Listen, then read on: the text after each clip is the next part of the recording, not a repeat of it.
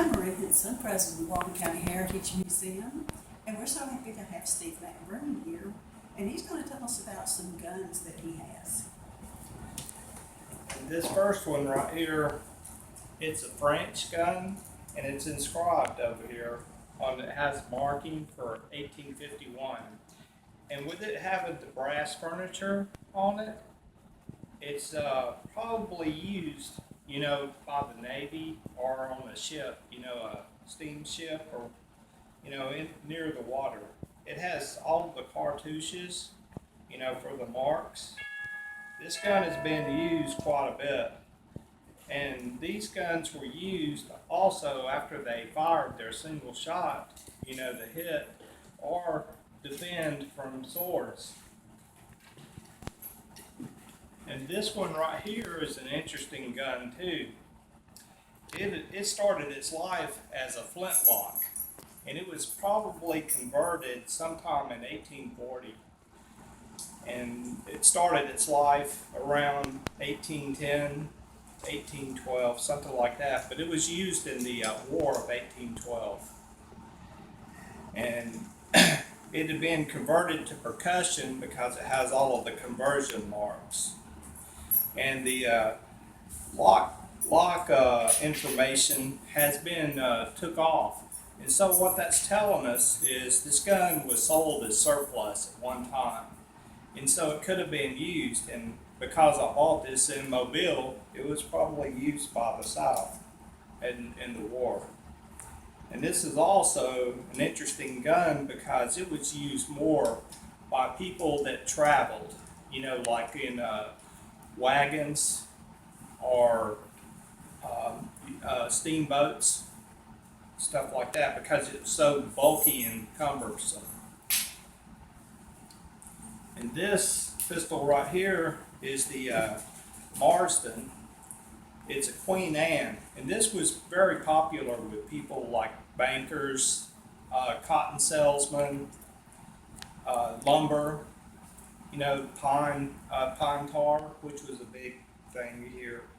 And the barrels actually twist off.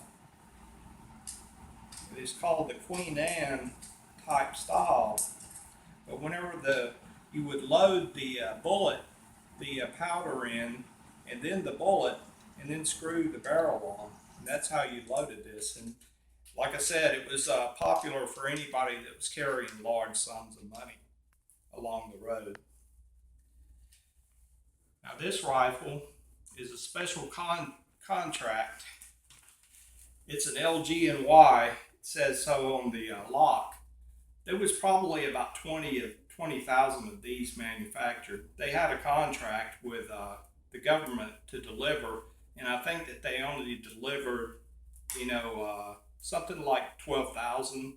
So they had a big lawsuit because LG&Y was primarily made locks. But at the start of the Civil War, and this gun is dated 1863, right here. So it's telling me that this gun right here was one of the last that LG&Y done because the war was over in 1864. But it has all kinds of battle scars on it. It was definitely used, and these guns were probably in use for about, till about 1870, 1880 or later. And this one right here is a Parker Hale, and it was made in Tower, England, and it has all of the British proofs, and it has an import cartouche. And these were very popular with the South, and there was a lot of these sold on the open market, on both sides. And because it has been nickel plated, it was probably used by steamboats or somewhere in the Navy. I know that the Confederates had limited Navy, but they were well armed, and this was a highly prized gun at that time. And it's a 58 caliber also. I have a lot more information on these guns than you know, and they have a lot of history. And I know that the museum is going to really enjoy displaying these. I'm proud to, you know, share my collection.